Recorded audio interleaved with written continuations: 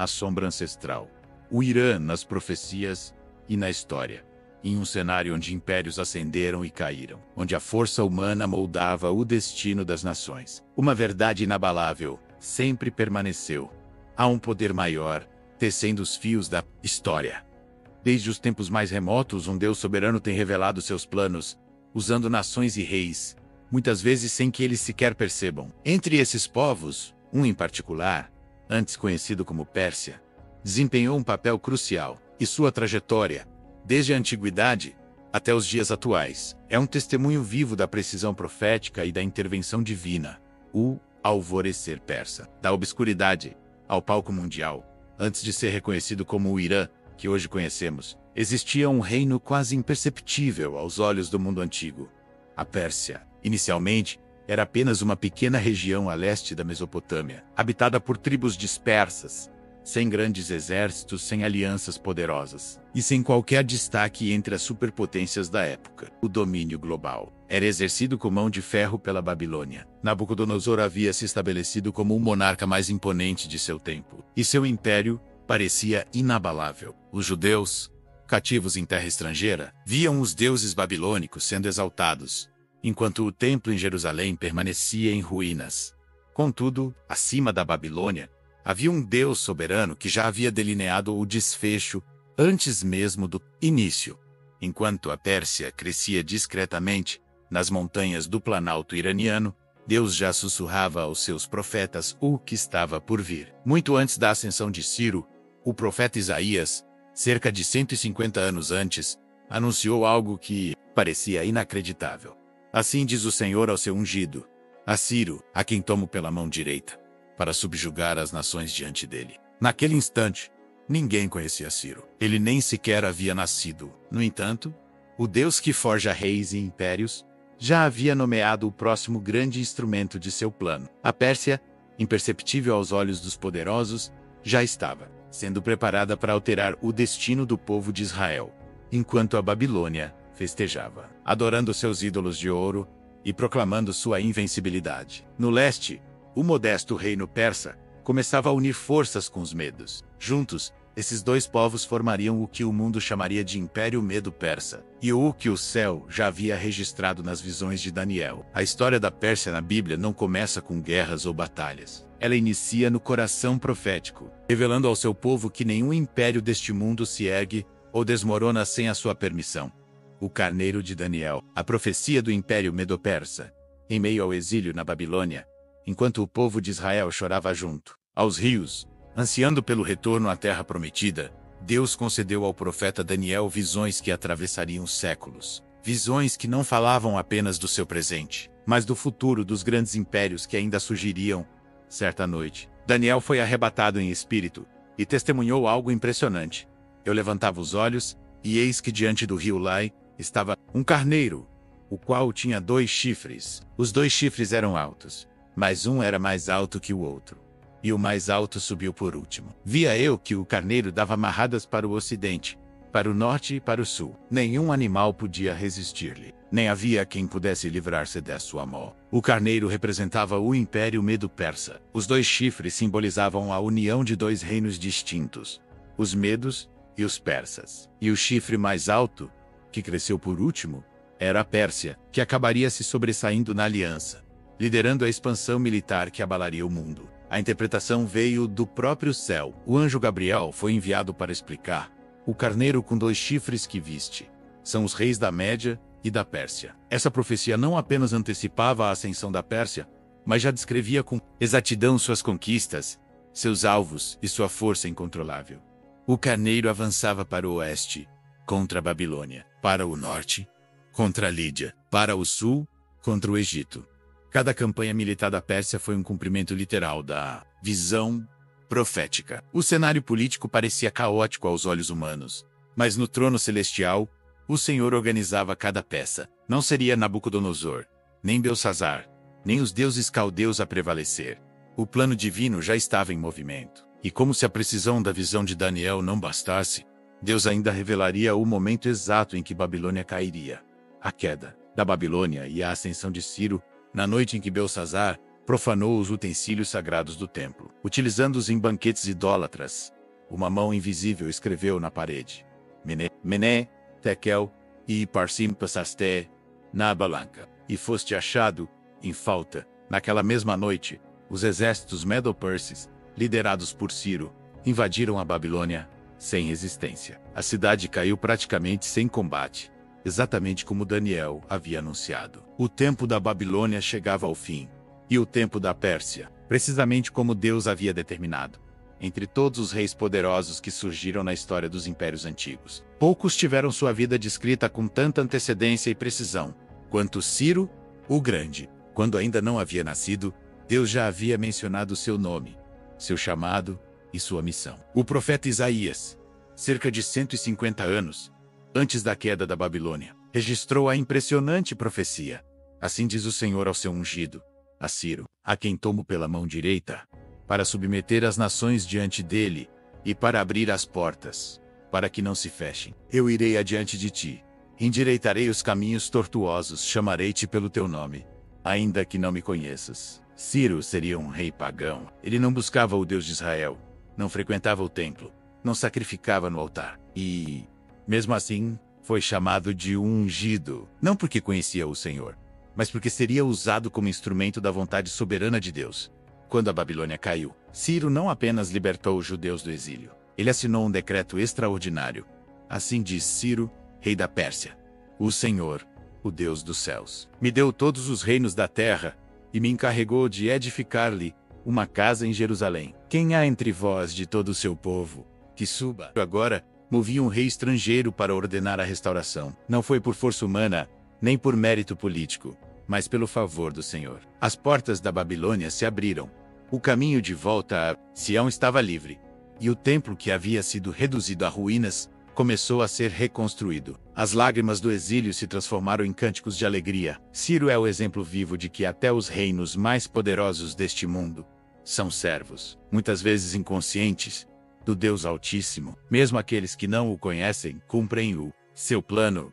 Quando ele ordena, a ascensão da Pérsia não foi acidental. Era parte de uma sequência precisa de eventos determinados por Deus desde o início. Enquanto os homens travavam batalhas, negociavam alianças e celebravam vitórias, o céu regia a história com perfeição absoluta. Esther e a conspiração contra Israel. Mesmo após o retorno de muitos judeus a Jerusalém, grande número espalhado por todo o vasto território persa, e a história deles ainda estava longe de terminar. No reinado de Xerxes I, conhecido na Bíblia como Assuero, o cenário espiritual tornou-se novamente sombrio, não através de um exército, mas de uma conspiração interna, arquitetada nos corredores do próprio palácio. Entre os conselheiros mais influentes do rei, entre eles, ergueu-se Amã, um descendente dos Amalequitas, o antigo inimigo de Israel. Alimentado por ódio ancestral, Amã não apenas desprezava o povo judeu. A raiva cresceu quando Mordecai, um judeu que servia na corte, recusou-se a curvar-se diante dele. Humilhado publicamente, Amã buscou não apenas vingar-se do Mordecai, mas erradicar toda a linhagem judaica do império. Com astúcia, Amã convenceu o rei a assinar um decreto letal. Existe um povo espalhado entre todos os povos, cujas leis são diferentes das de todos os outros povos, e que não cumpre as leis do rei. Por isso não convém ao rei tolerá-los. Foi marcada uma data específica. Em um só dia, todos os judeus seriam mortos, saqueados e eliminados. Era mais uma tentativa direta das forças das trevas para destruir a linhagem de onde viria o Messias. Mas em meio à corte persa, Deus já havia posicionado uma peça crucial: Esther, órfã, criada por seu primo Mordecai. Esther havia sido levada ao palácio anos antes, quando o rei buscava uma nova rainha. Sua beleza a levou até o trono, mas agora sua fé a colocaria diante da decisão mais difícil de sua vida. Mordecai a advertiu: quem sabe se para tal tempo como este chegaste a este reino? Esther sabia que entrar na presença do rei sem ser chamada poderia lhe custar a vida. Mas sua resposta ecoou como um grito de fé e coragem: se perecer, pereci. Esther jejuou, orou, e arriscando tudo, apresentou-se diante do rei. Deus moveu o coração de Assuero. Amã foi exposto e enforcado na própria forca que havia preparado para Mordecai, e o decreto de morte foi revertido. O povo de Deus foi preservado. Mais uma vez, O conflito não era apenas político. Atrás de Amã, operavam as mesmas forças invisíveis que sempre buscaram impedir a vinda do Messias. Mas, assim como nos dias de Ciro, o Deus de Israel permaneceu soberano, protegendo a linhagem de Davi, mantendo viva a promessa da redenção. A soberania de Deus, uma verdade inegociável, do início ao fim. A história da Pérsia, hoje chamada de Irã, revela uma verdade inegociável. Não são os reis, nem os exércitos, nem os impérios que governam o destino do mundo, mas o próprio Deus de Israel. Quando a Pérsia parecia apenas uma pequena nação desconhecida, Deus já dizia o nome de Ciro.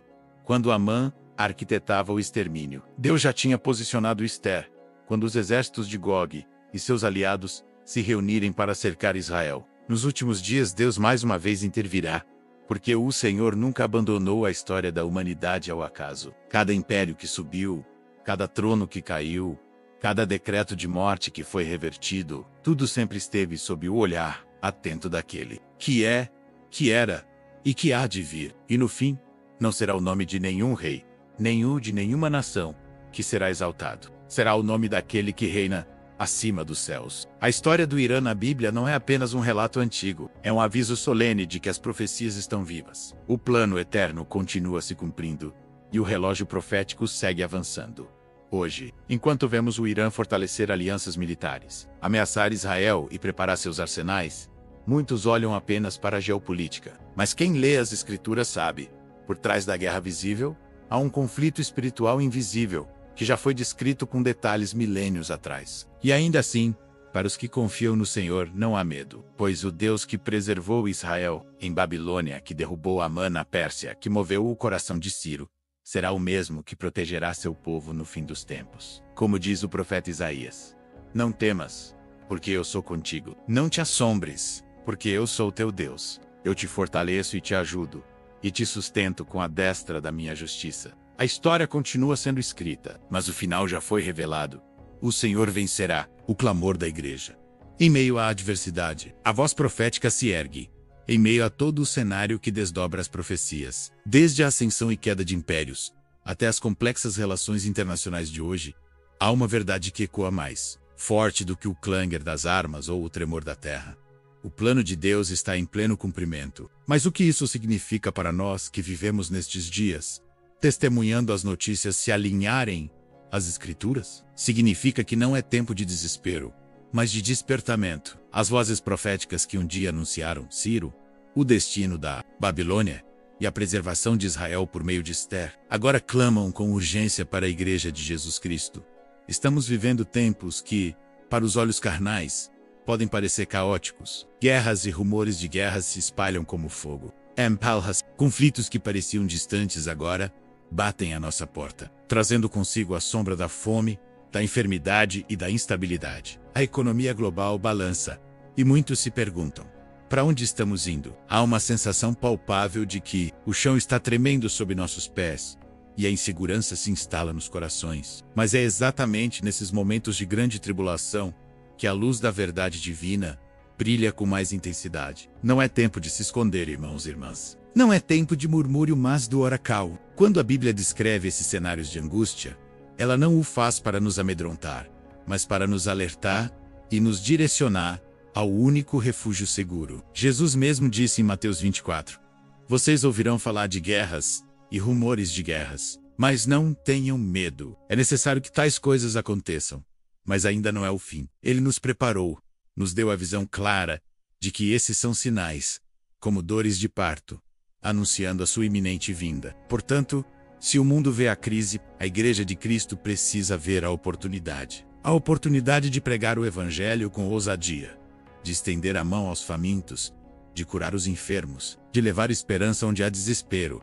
Este é o momento de buscar a Jesus com uma intensidade jamais vista. Não é hora de religiosidade vazia ou de fé morna. É tempo de um avivamento genuíno, que começa de joelhos, em quebrantamento e arrependimento. Precisamos clamar por um mover do Espírito Santo que sacuda as estruturas do comodismo e nos encha de poder para cumprir o Ai de Cristo. Em meio à fome espiritual que assola tantas almas, somos chamados a ser o pão da vida. Em meio às guerras ideológicas e físicas, Somos a voz da paz que transcende todo entendimento.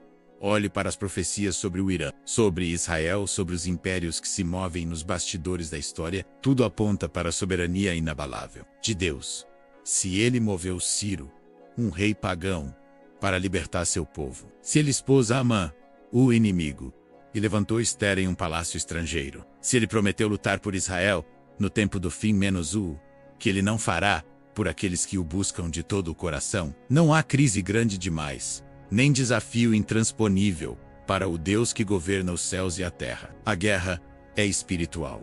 A batalha já está ganha em Cristo, e nossa parte é permanecer firmes, vigilantes e cheios do poder do alto. O Senhor está às portas, e a resposta para todos os dilemas deste tempo está nele. Busquemos a Jesus. Se esta mensagem tocou seu coração, e você deseja aprofundar sua fé e entender mais sobre as profecias bíblicas, inscreva-se no nosso canal, ative o sininho para não perder nenhum conteúdo e compartilhe este vídeo com alguém que precisa ouvir essa verdade. Deixe seu comentário abaixo.